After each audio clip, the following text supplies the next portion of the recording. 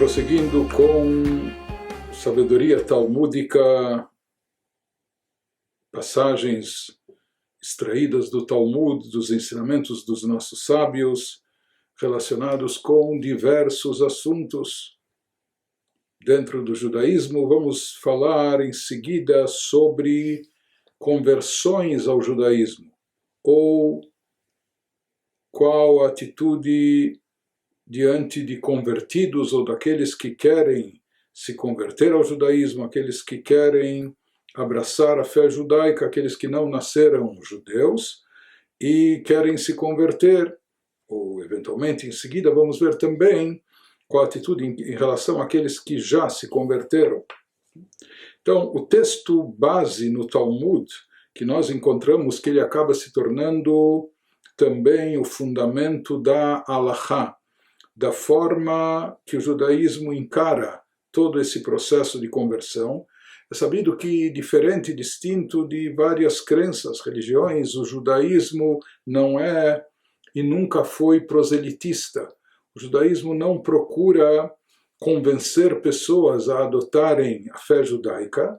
Nós temos uma mitzvah, sim, de incentivar todos os povos e nações, membros de todos os povos e nações, a cumprirem as 7 mitzvot Bnei Noach, as 7 mitzvot noáchicas, 7 mitzvot universais que foram dadas para toda a humanidade. Como também nós temos uma mitzvah, assim fez o primeiro judeu, Abraham Avinu, nosso patriarca Abrão, propagar o monoteísmo, a crença em um Deus único, né? Contestando idolatria, paganismo, culto a ídolos, estatuetas, etc. Então, propagar o monoteísmo, também isso foi uma missão sagrada que se empenhou o primeiro judeu Abraham, já na sua época, 3.500 anos atrás. Mas qual o procedimento básico em relação a uma pessoa que não é judia e que se dirige aos nossos sábios, ao tribunal rabínico, buscando a possibilidade de conversão? Então, a fonte desse procedimento, ele se encontra no Talmud, Yevamot 47a, e como nós dissemos, isso acaba se tornando base e fundamento também para aquilo que vai chegar até os livros de Halachá, o que vai constar na nossa legislação, no Shulchan Aruch. Então, nas palavras do Talmud, naquela passagem, Ger sheba litgayer bizman hazeh. Então, falando já nos tempos talmúdicos, tempos da Gemara, 1500 anos atrás, então, dizem os nossos sábios, um convertido ou um candidato à conversão, que vem e procura os rabinos, os mestres judaicos, dizendo que quer se converter. Isso, na nossa época, nos nossos dias, tanto na época talmúdica, quando o texto da Gemara foi composto, já era depois da destruição do segundo Beit HaMikdash, e boa parte do povo judeu se encontrava exilada na Babilônia, daí a origem do Talmud babilônico. Mas, de qualquer forma, nos nossos tempos, quando a maioria dos judeus se encontra na diáspora, estão no exílio, exilados, banidos. Então, quando vem um candidato à conversão, nesses tempos atuais, alegando vontade de se converter, ombrimlo, então logo dizem, retrucam a ele, Maraita shebata leitgayer, por que você quer se converter ao judaísmo? Qual o motivo que você veio aqui se converter?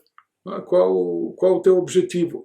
E atayodea sheIsrael bizman hazeh dvuim dechufim schufim umeturafim.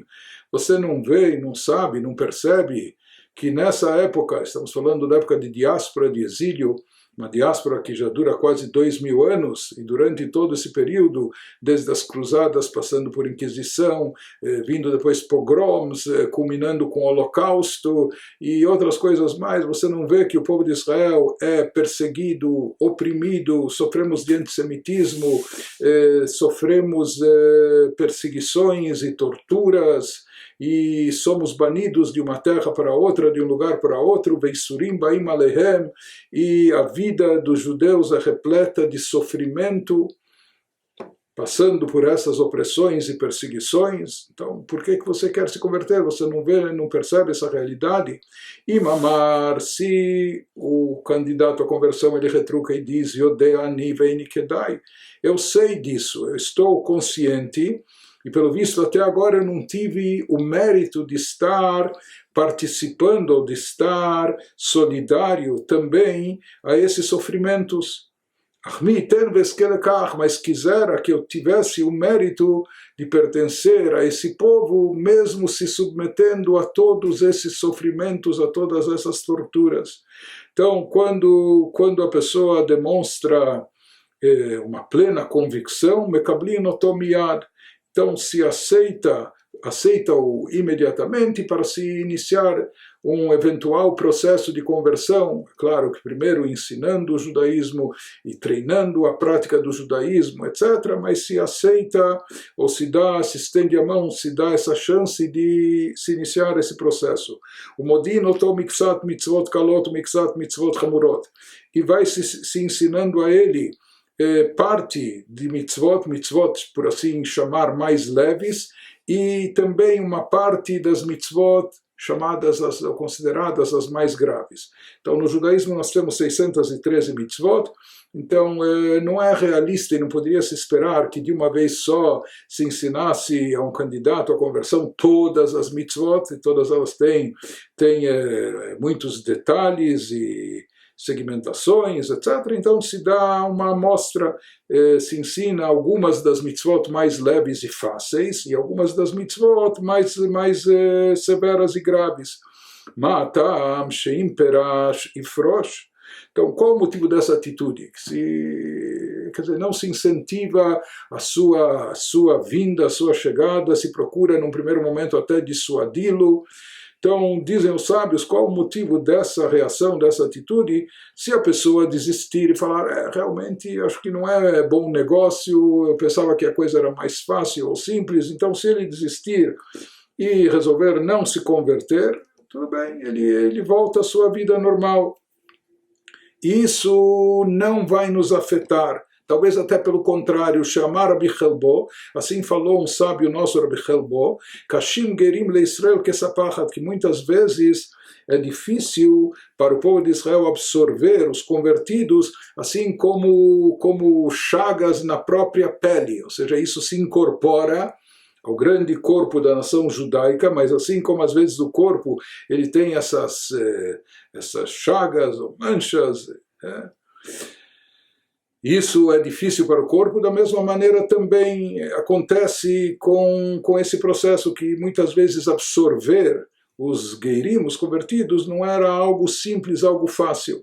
No Talmud nós encontramos, ou nos comentaristas, pelo menos duas explicações em relação a isso. Uma explicação diz que muitas vezes esses convertidos acabam tendo recaídas e depois de algum tempo eles acabam deixando a prática judaica ou abandonando até a fé judaica. Isso é algo muito complexo e complicado e até comprometedor. Existe uma outra explicação que diz por que são difíceis para o povo de Israel até a absorção desses convertidos. Alguns dizem que muitas vezes eles são mais rigorosos no cumprimento das mitzvot, e isso acaba causando uma certa promotoria àqueles que são judeus natos. Olha, se esse que veio de longe, não conhecia e se converteu, faz tudo direitinho, você que veio de berço judaico, por que você não está fazendo tudo? Mas de qualquer forma, por um motivo ou por outro, nós não procuramos e não buscamos converter pessoas de outros povos e nações.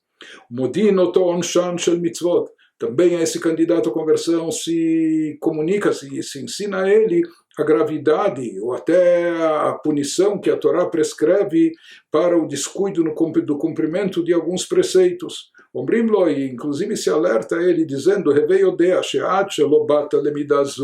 saiba que enquanto você não adotou oficialmente essa fé, não se converteu ao judaísmo, se você comeu certas coisas que para nós judeus são proibidas, por exemplo, sebo, gordura de um animal, certas partes do animal, mesmo do animal kasher, essa carne é proibida para nós. Então, até agora, quando você comia disso, ia estar no shkaret, não tem nenhum problema. Mas no momento que você se tornou judeu, isso é passível de karet, de excisão, de uma punição celestial muito grave.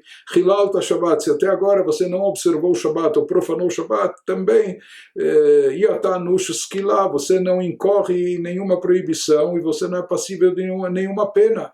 Diferente disso, se você se converteu ao judaísmo, então a obrigação de observância do Shabat é algo gravíssimo, algo muito importante.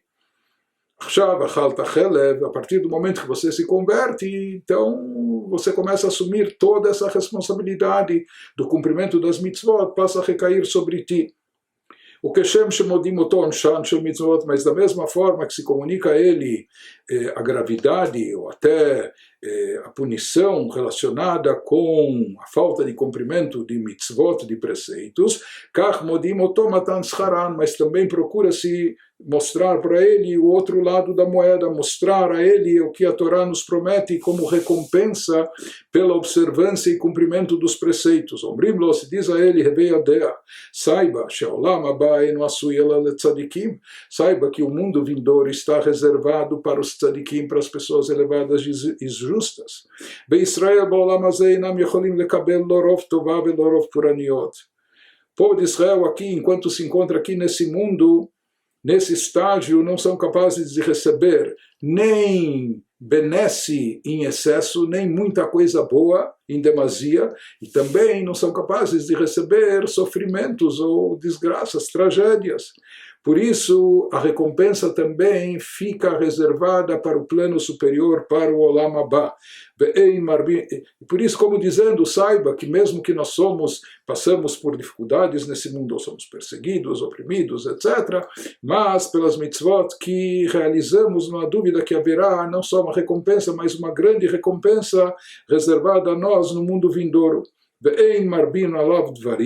E não se prolonga nisso, nesse processo quase que intimidatório, ou dizendo, ou quase dissuadindo da conversão, ou falando sobre a gravidade das mitzvot, ou dos castigos, no momento que ele já demonstrou uma atitude sincera, com uma vontade genuína de abraçar o judaísmo, então se procura introduzi-lo a esse processo de conversão, fazendo com que ele possa adentrar a fé judaica.